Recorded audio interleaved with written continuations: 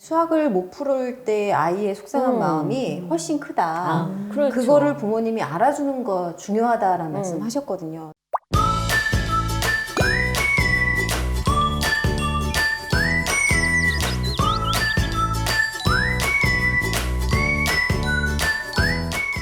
안녕하세요. 불안을 주세요. 안심을 드립니다. 노어리 상담톡 사교육 걱정 없는 세상 노어리 상담 넷입니다. 자, 오늘은 초등 수학 엄마와 함께하는 걸 힘들어요입니다.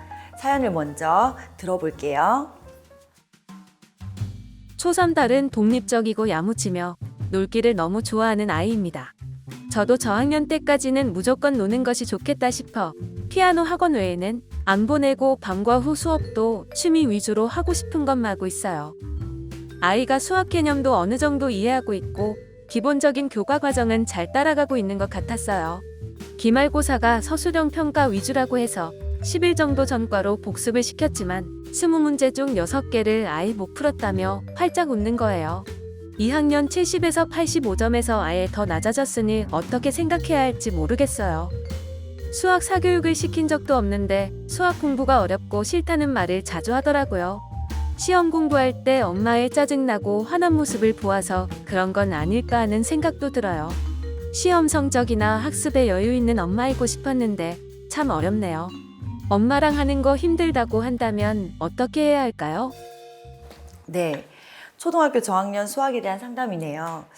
수학에 관한 이야기보다 아이와 어머님에 대한 이야기부터 하면 어떨까요? 네, 저도 상담 글에서 보니까 저희 두 가지가 조금 눈에 띄었거든요. 놀기를 너무 좋아하는 아이, 그다음에 초중 저학년까지 무조건 노는 것이 좋다는 엄마, 이걸 보면서 아이와 엄마에 대한 이야기부터 하는 게 먼저이지 않을까라는 생각이 들었습니다. 네, 그런 것 같아요. 그 어머님이 이제 공부만 강조하지 않고 이제 아이를 충분히 이제 놀게 해줘서 아이가 참 구김살이 없죠. 근데 막상 이제 성적을 이렇게 보게 되니까 어머니 마음이 이제 흔들린 상황인 것 같고요. 어쩌면 이 상황이 이제 아이보다는 그 어머님이 이제 현재의 상황을 받아들이기 어려워하는 어머님의 문제가 조금 더 크지 않을까 그런 생각이 들었습니다. 네, 그럼 상담하신 어머님 말씀처럼 수학시험 공부를 시키면서 짜증내고 화내는 엄마 그런 모습 때문에 자녀에게 수학이 어렵고 싫다는 것과 연관이 있을까요? 그렇죠. 저는 전혀 연관이 없을 수 없다고 보는데 그래서 대부분 엄마표가 힘들어지는 이유가 그 부분이잖아요. 그러니까 오죽하면 학교 교사도 자녀의 아는 자기 자녀는 못 맞아요. 가르친다 이런 말을 하는 정도니까요. 네.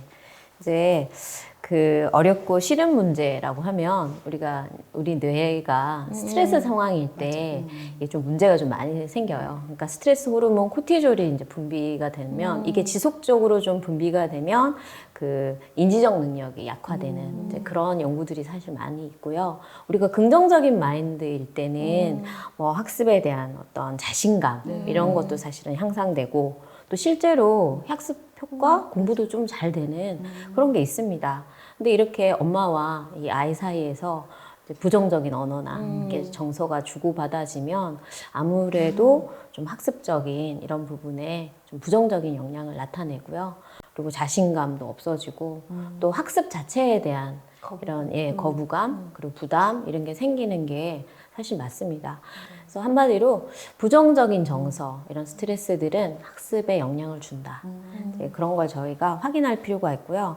어쨌든 이 공부에 대한 열정, 너무 하고 싶다. 는 안 되겠지만, 공부 좀 하고 싶다? 이거 해보고 싶네? 이거 알고 싶다? 이런 마음이 생기려고 하고, 또, 내가 이렇게 해서, 앞으로 이거에 내가 영향을 미치고 싶다. 어떤 의미를 담당하는 거, 공부에 대한 가치나, 이런 거에도 다 영향이 있고요.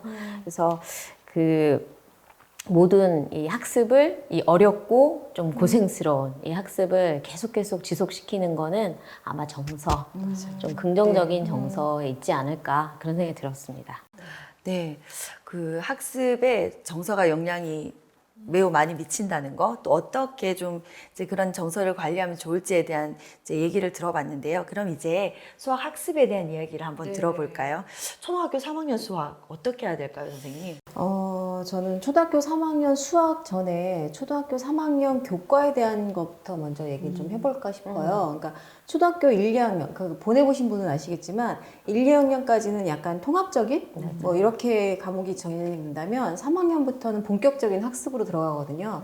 과학, 수학, 사회, 영어 뭐 이런 식으로. 그러니까 아이가 3학년만 돼도 그 과목 때문에도 부담을 엄청나게 느낄 거거든요. 그리고 수학은 초등학교 2학년까지는 되게 연산이라고 해봐야 더하기 빼기 뭐 구구단 이 정도까지였다면 3학년부터 나누기가 들어가기 시작하고 그다음에 도형도 그때는 뭐 이런 네모 모양, 동그라미 모양 이렇게 했던 거를 원, 사각형, 삼각형 이런 식으로 배우기 때문에 그 1학년과 2학년 차이는 2학년과 3학년 차이는 현격하게 날 수밖에 없는 거죠. 네.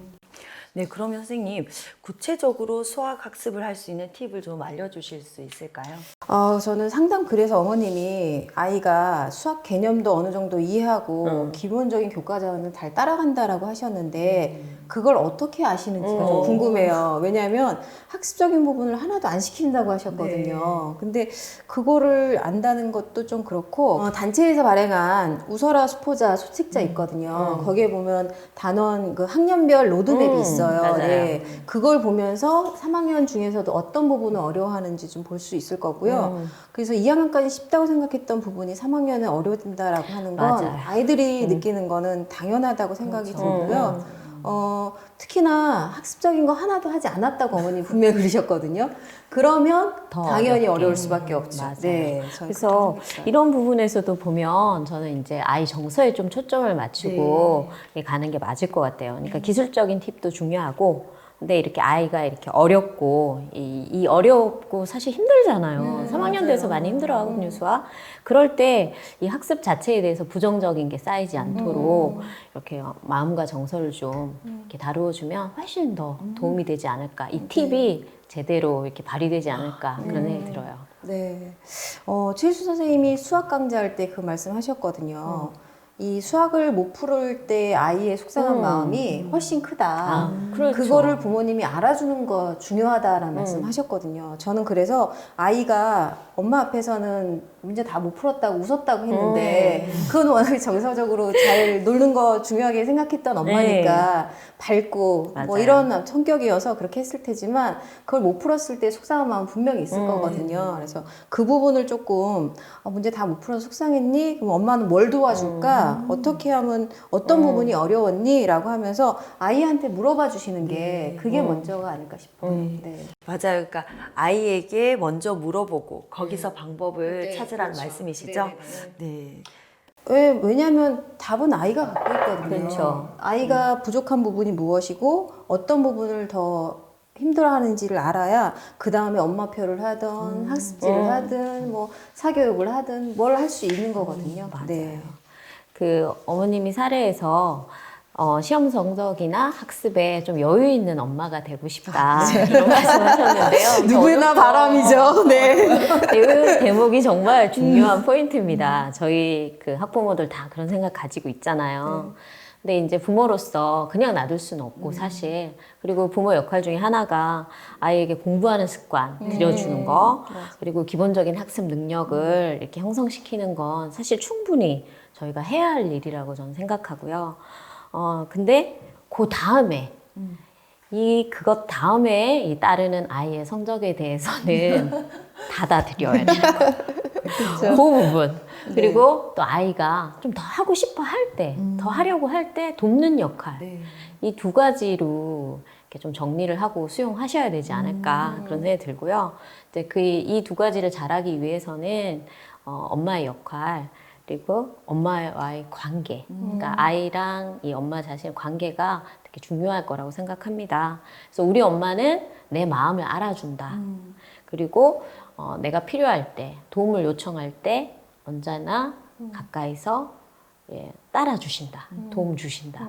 이런 마음을 가질 수 있으면 충분한 관계가 되지 않을까 그런 생각이 듭니다. 네. 저는 마지막으로 한 가지만 덧붙인다면 어머님이 앞에서 무조건 노는 게 좋다라고 하셨는데 저는 그건 조금 아니지 그렇죠. 않을까라는 네. 생각이 들어요. 왜냐하면 초등학교 때 학습 결손이 오면 그 이후의 네. 학년에서도 계속 힘들어지기 맞아요. 때문에 최소한의 네, 갖추고 가야 되는 학습에 대한 네. 거는 공백이 생기지 않게 봐줘야 되는데 수학은 특히나 더 그런 부분이 위계적인 학문이기 때문에 더 그런 게 있고요. 그래서 예습 복습하는 정도, 초등학교니까 그리고 네. 문제집 한 권 정도는 푸는 게 좋지 않을까라는 생각이 들고요. 그 문제집은 아이가 70% 정도 풀 수 있는 문제집이 가장 좋은 문제집이니까 그 문제 아이에 맞는 정서나 난이도에 맞는 문제집을 골라서 좀 풀어가는 게 어떨까라는 네. 생각이 듭니다. 네, 그럼 그런 실질적인 방법에 대한 문의는 저희 노월이 상담넷에 문의하면 되겠네요. 네. 언제든지 이렇게 진행하시다가 진행하시다가. 뭐 궁금하시면 노월의 상담넷에 글 남기시면 네, 더 저희가. 구체적이고 1대1 맞춤형 질문으로 답변을 해드립니다. 해드리겠습니다. 네. 오늘 제가 쭉 이제 두 전문가 선생님들께 말씀을 들으면서는 가장 기억에 남는 건 아이에게 답이 있다라는 말이 참 좋습니다. 우리가 이제 그만큼 아이를 더 잘 살피고 아이와 함께 할 수 있는 과정으로 여기에 고민도 남겨주시고 앞으로 저희와 함께 걸음하셨으면 좋겠고요. 자, 오늘은 여기까지 정리하도록 하겠습니다. 자, 지금까지 보이는 노월이 상담넷, 노월이 상담 톡이었습니다. 네, 다음 시간에 뵙겠습니다. 감사합니다. 안녕. 안녕.